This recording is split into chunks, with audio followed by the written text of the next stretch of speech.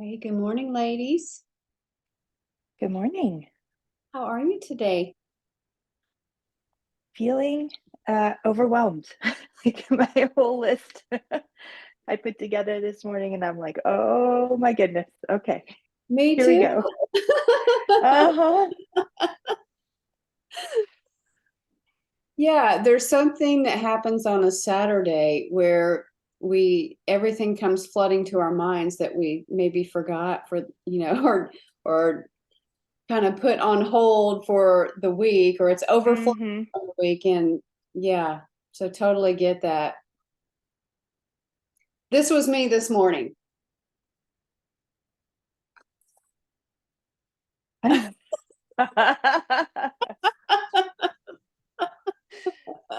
Oh, that's funny.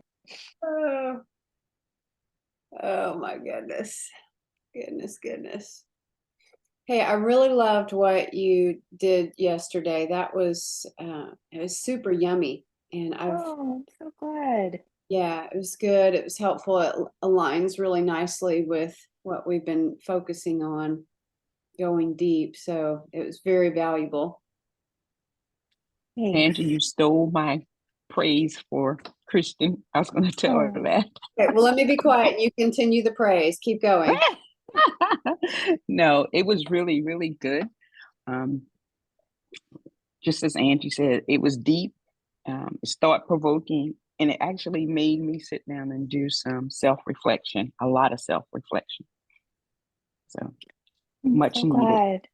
Well, yeah, I think sometimes I need the questions to bring a little bit of structure because everything's just sort of jumbled in my mind, and like I don't even know where to start. I don't even know.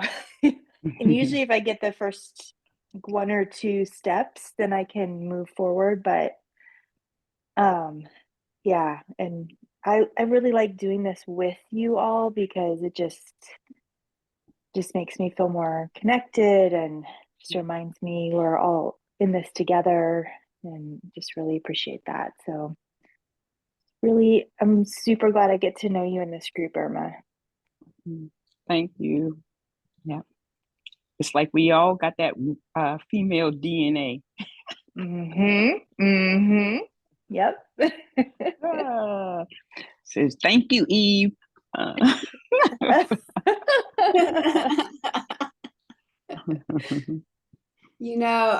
So I have a corporate client, and we're going to be doing some MBTI work on Monday. And I love working with the MBTI. I know there's all kinds of assessments out there, but I always come back to MBTI because I think a lot about extroversion and introversion and how that has such a big influence on how we tackle things like this. Even with these questions, I'm I'm an extrovert, and in order to really dig into these questions, I have to connect to people Hmm. to really lock it in with the questions.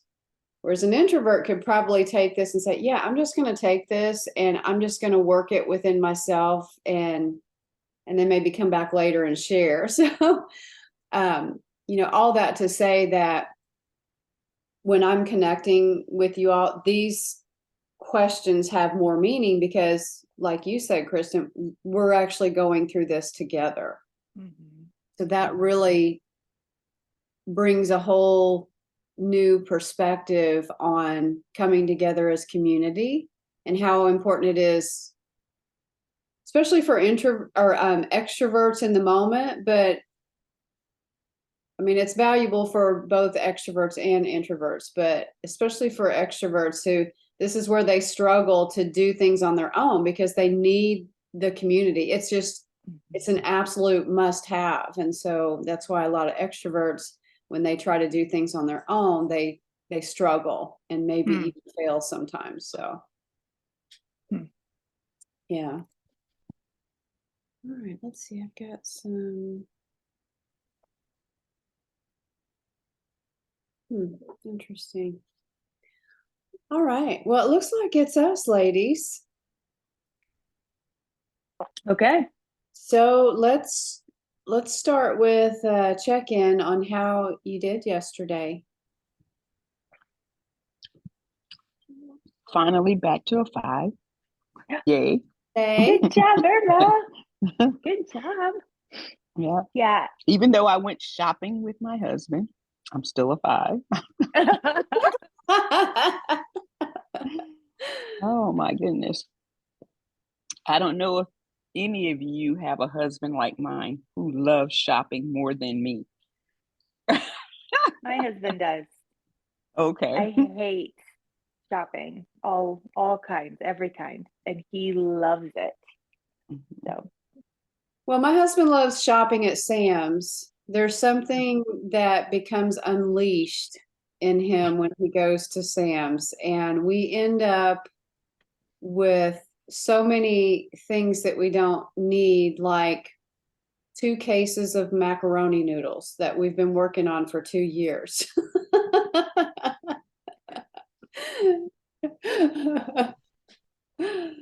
Oh, goodness. All right. So, Irma, you've got a 5. Kristen, how about you?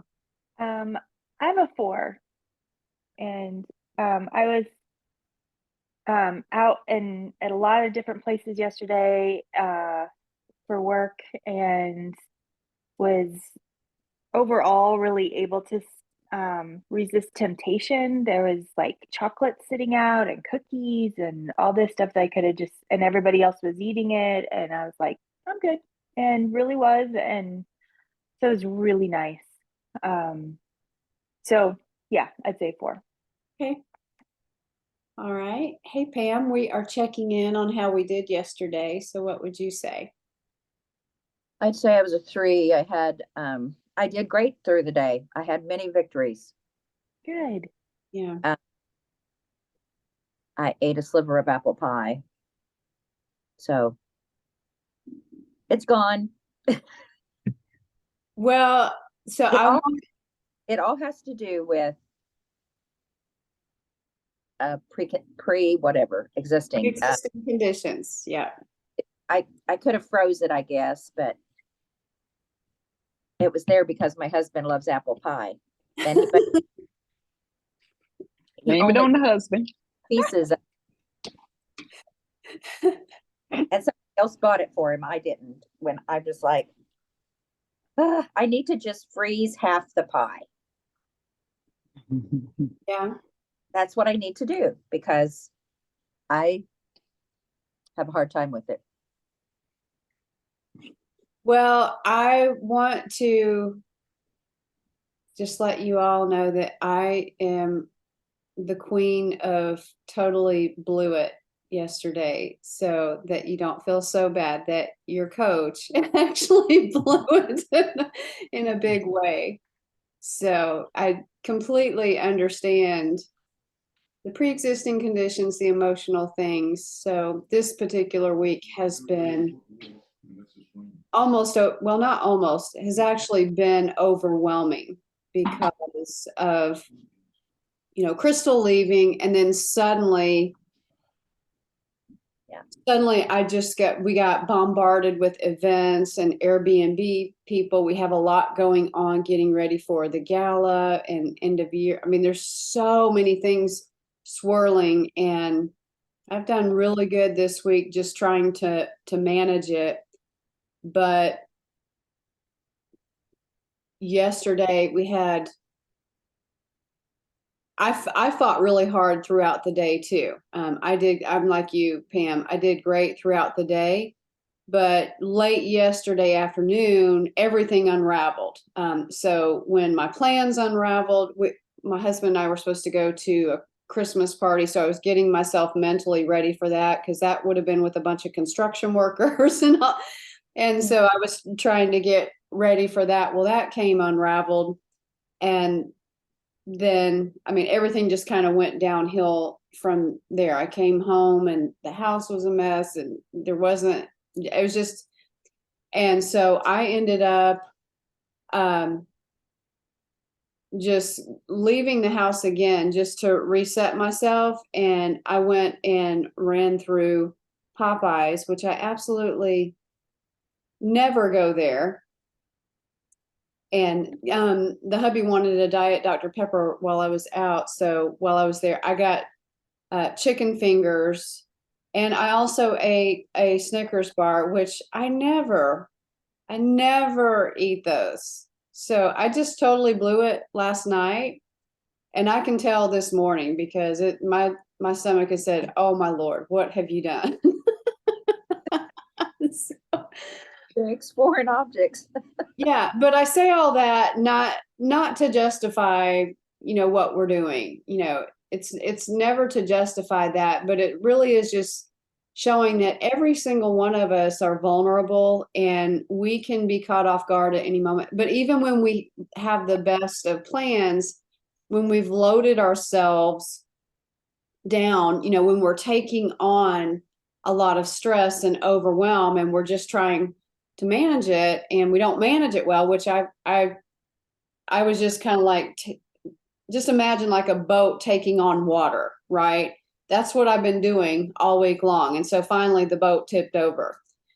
But I was going back to Kristen's questions that she posed yesterday. And I want to talk a little bit about this in the next few minutes, but I looked at the question of, what are the fixations of my mind? That's such an important, actually, question 2 and 3. What are the fixations of my mind, and what are the fixations of my heart and my emotions? And so after I blew it yesterday, I came home and I just was really irritated. I was irritated, annoyed. And so I just kind of went off into the bedroom to get by myself and just say, okay, what's happening here? What am I fixated on? What is driving my emotional state right now? And those were really good questions to just bring me back to center. And I went to bed pondering those questions and even it's like I woke up this morning and just started to really meditate on those. Like, Lord, I don't want to fall into those same patterns. And I know there's a fixation there. And if we look at the wheel of needs, for me, my fixation is, I want to come into an environment where there's structure and order and things are at peace. I can actually transition from a place of overwhelm and a lot of stress and a lot of moving parts to I want to come home to a place of peace. And when that is not happening, I get really frustrated and I feel completely out of control of the situation. And even when I'm just trying to put structure back into order, like getting people's crap off of the kitchen counter, like shoes and socks and, things that just don't belong there. I just get so agitated. And so it was just too much yesterday. And I have to figure out a different way to manage that. So I say all of that in full transparency because I know you all probably have your things. So I want to open it up for discussions about these fixations that we have and what's the tipping point for you?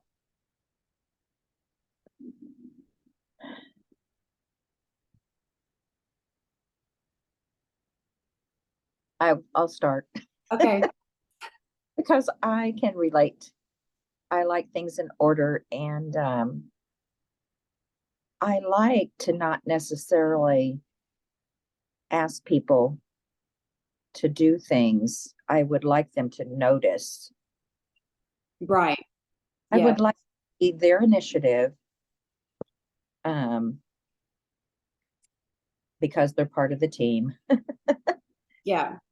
Doesn't happen unless I ask. Yeah. Need to ask, because when I ask, it gets done. And what in me doesn't want to just make the ask?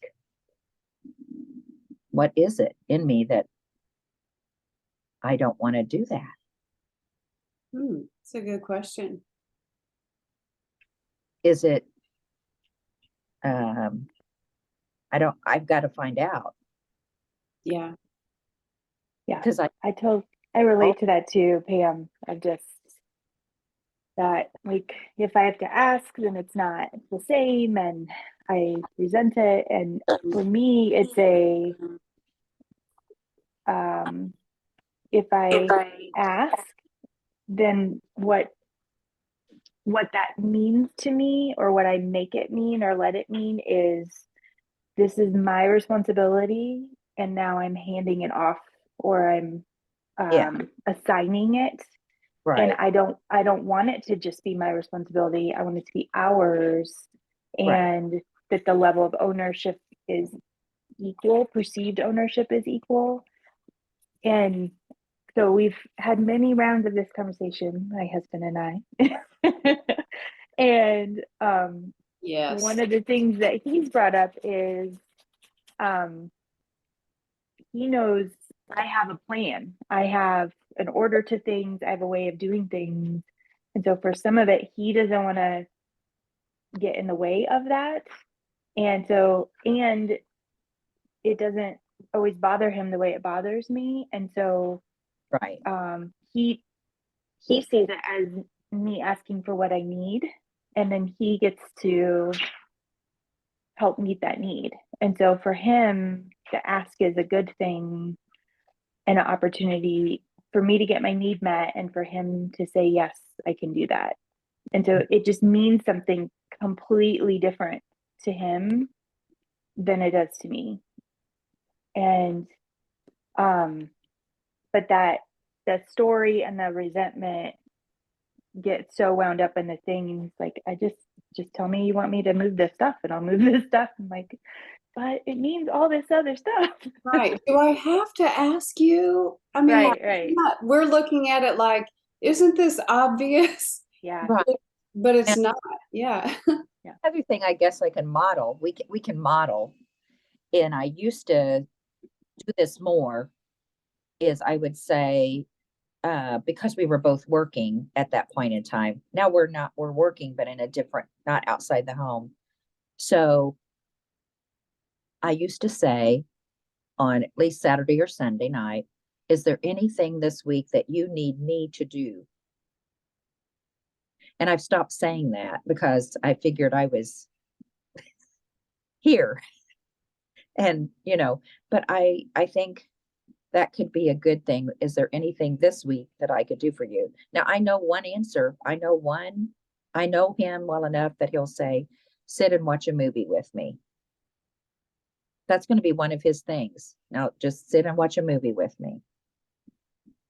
And I have to sit there, and it's hard for me not to do. I usually do something like signing cards, or Yeah. I can't just sit there. It's hard. Thank you, ladies. It's so good. Come on, Norma. We have this thing, essential vocabulary. And so it's just like Christian said, what I internalize it to mean is not the same as he does. And so, and my husband is a retired Marine. And we, early on in our marriage, I had to say, I had to, since, like, I'll just give one example, washing and folding of the clothes. I don't do it the way he likes, right? So Right. that is now his job, because it doesn't take two people to do the same task. He I'm the cook, he's the cleaner. I am great, except when I have cooked and you complain about what I cooked. Then it's but but it is. I mean, he'll say, I'll ask him to do something or say something, and he'll say, so what does that really mean? Oh, Because he already recognized that we we came from different backgrounds, and what it means, something means to me is not what it means to him. yes. And Yeah. but it so I totally get what Christian's husband is saying, because I sound like him. She sounds like Tom. You She know, sounds like my Irma, husband. so my husband is a veteran as well, and he actually is responsible for the laundry, and he owns that completely. So what I have to do when, if he's like running behind on it, on the laundry, so I'm the kind of person, like, I'll pitch in and help, right? Well, and there's been times, see, I definitely don't do laundry like he likes it, and he's complained about it because here's me folding sheets. Exactly. He is like, Irma, who taught you how to do sheets and towels? Right.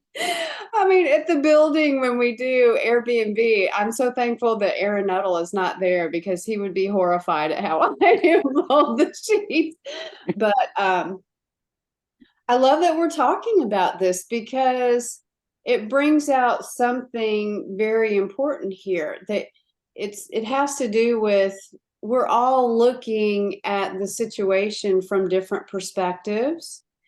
And it just occurred to me that, I mean, just thinking about my own situation, my husband has a lot of stress and overwhelm, and he's been in this leadership role for over a year now, and it's totally out of his comfort zone, and he's having to do a lot more mental as opposed to physical work. And so he is a very structured person. He's introverted. He's an ISTJ, if you know anything about MBTI. But so he's like an engineering mind, and so he's trying to keep all of that together at work. And when he comes home, it's like, I mean, it's like he needs to let go.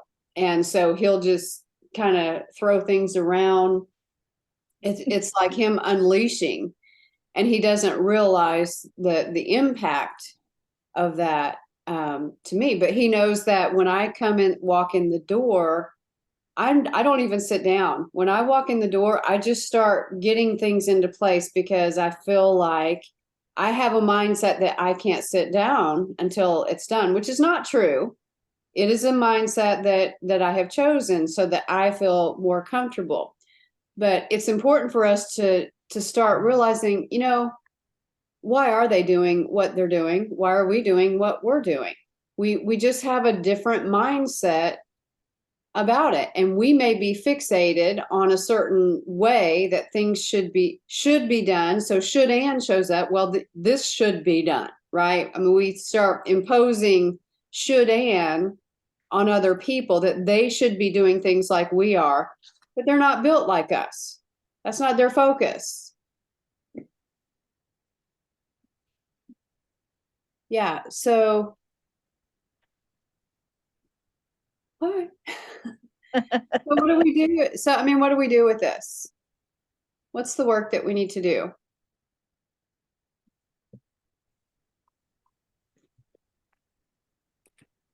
Go ahead, Pam. Were you going to say something, Pam? Not got anything there yet. Okay. Okay. I just didn't want to interrupt. Haven't had enough coffee. I hear you. I'm on my second or maybe third cup. I don't even know. I'm at the bottom of my third. Yeah. They're small cups, so it's okay. Yeah. Yeah, I think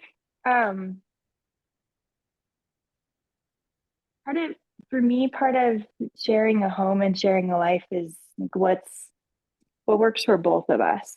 And I think there's times where I can suspend some of my needs for the sake of the other person. I think there's spaces where I need to get my needs met, but not have it be dependent on him. Yeah. And because one of the phrases I use a lot is give the grace you need to receive. And I don't always do that very well, but just the idea of there's just times where I need it my way right now. And there's times he needs it his way right now. And then there's other times where I'm like, hey, I can't get to it all. I can't get it done. I need that to be okay. And so the other thing that we have worked on a lot is not mind reading. Like instead of just guessing or hoping that he can read my mind and know how I want things, we just talk about it, but we have to figure out the right time because I'm a morning person. So the second I wake up and talk and plan and, my brain's going. And for him, I have to say, like, are you ready to talk about our day yet? Are you ready to have this conversation? And if he's not, if we try to have it, it will go very badly. It just, so True. it's so much better to wait. And we've been married like 25 years now, but probably year 2 or 3, he would sleep in. I'd be up, Saturday morning, go. And I'd be standing by the bed as he's waking up. Hey, we could do this today. And he's like, what? Stop. No more words. Stop the words. Stop the words. That's where I relate to your husband because in the morning, I'm like the first 30 minutes, I cannot communicate. I'm not there. Yeah. And so if someone tried with all the best intentions to be like this, no. So it's, and we need grace for ourselves. Like we're not going to get this right all the time. We're going to be grumpy. Friday nights are hard. Been holding it together all week. And so we just need grace. Yeah. And that will help us rebound faster, I think. Yeah. So I love this conversation, and I'm wanting to, before we jump off here, I want to think about how do we reframe fixation, or how do we shift from fixation to something else? And I mean, what is that something else? From fixation to what? What do we need to be thinking, or what do we need to, how do we need to be showing up as opposed to being fixated on that things should be a certain way, or how we kind of go into that rut when things start happening. We go into that familiar rut that takes us down a path that's not healthy for us and leads us to just falling apart at the end. From fixation to what? Communication To communication? for ourselves, even clarify it's Yeah, I mean, it could even be just like something as simple as noticing. From fixating to noticing. Could be, I know that works for me. When I step out of that judgmental mindset and just being so hardcore that things should be a certain way and they're not, instead of that, stepping back and just slipping into neutral and noticing what's happening and, and trying to come to an understanding of why it's happening. I mean, just even walking through that process tends to funnel that negative energy that we would have built up, and it just kind of takes that energy and pushes it through. yes. So, and that's just my thought. It could be something else for you, from being fixated to fill in the blank. So maybe that's what we noodle on today. what are we wanting to move to? Right. Well, yeah, where are we going? I mean, when I was looking at those questions last night, you know, and when we finished yesterday, one of my questions to myself is, um, trusting God even when you can't see, but at the same time, it's like for me right now, it's not fixating on the where, or the maybe it's the when is now, when is always today, today is the day, don't put it off. But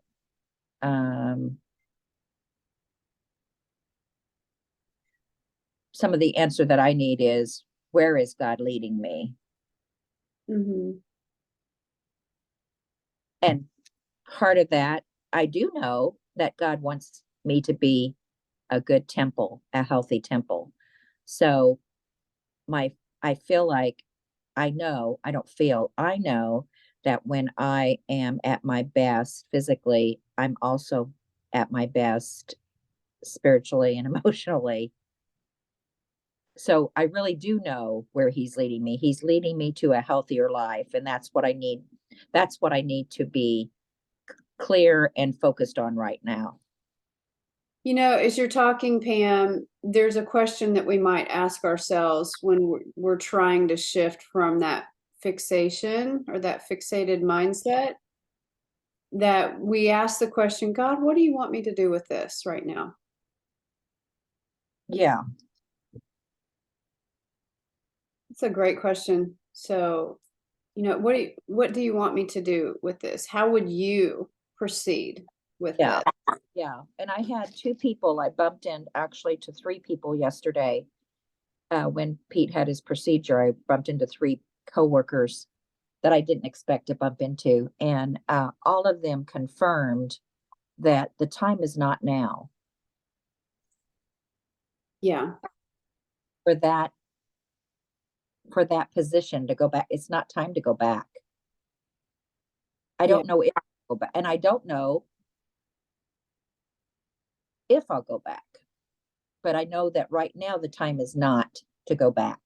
Yeah. I have something that he's wanting me to learn right now. Right. Right. All right. So let's just say that we've got a little, some thinking to do, some processing of this. And the processing is starting to just recognize those fixations and making a conscious choice to say, I'm going to go from fixated to what we have to determine, what is the what? Right. From fixated to this, and then actually try to put it into practice. Okay. So, and we'll follow up to see how that experiment has gone. I have plenty of opportunity today. I've got so many opportunities. So, but we'll follow back up on Monday. And also on Monday, so we've got a slight shift happening in our phase. We're actually transitioning into sustain your wins on day 35. Not a whole lot of things, but you can have peanuts. And so anyway, I'll go over that on Monday. Today's day 32, so we got time before that happens. Has Smith reached out to you yet? Has what? Karen Smith, has she reached out to you about getting back in the group yet? Not yet. She talked to me this week. She wants to get back with it. Okay. Okay. All right. I'll probably see her at church on Sunday. Yeah. Yeah. Okay. Okay. All right. Well, I'd love to have her back. Yes, me too. All right, ladies, I gotta jump off here. Things are starting to heat up. All the text messages are coming in now. Ladies, have a blessed and peaceful weekend.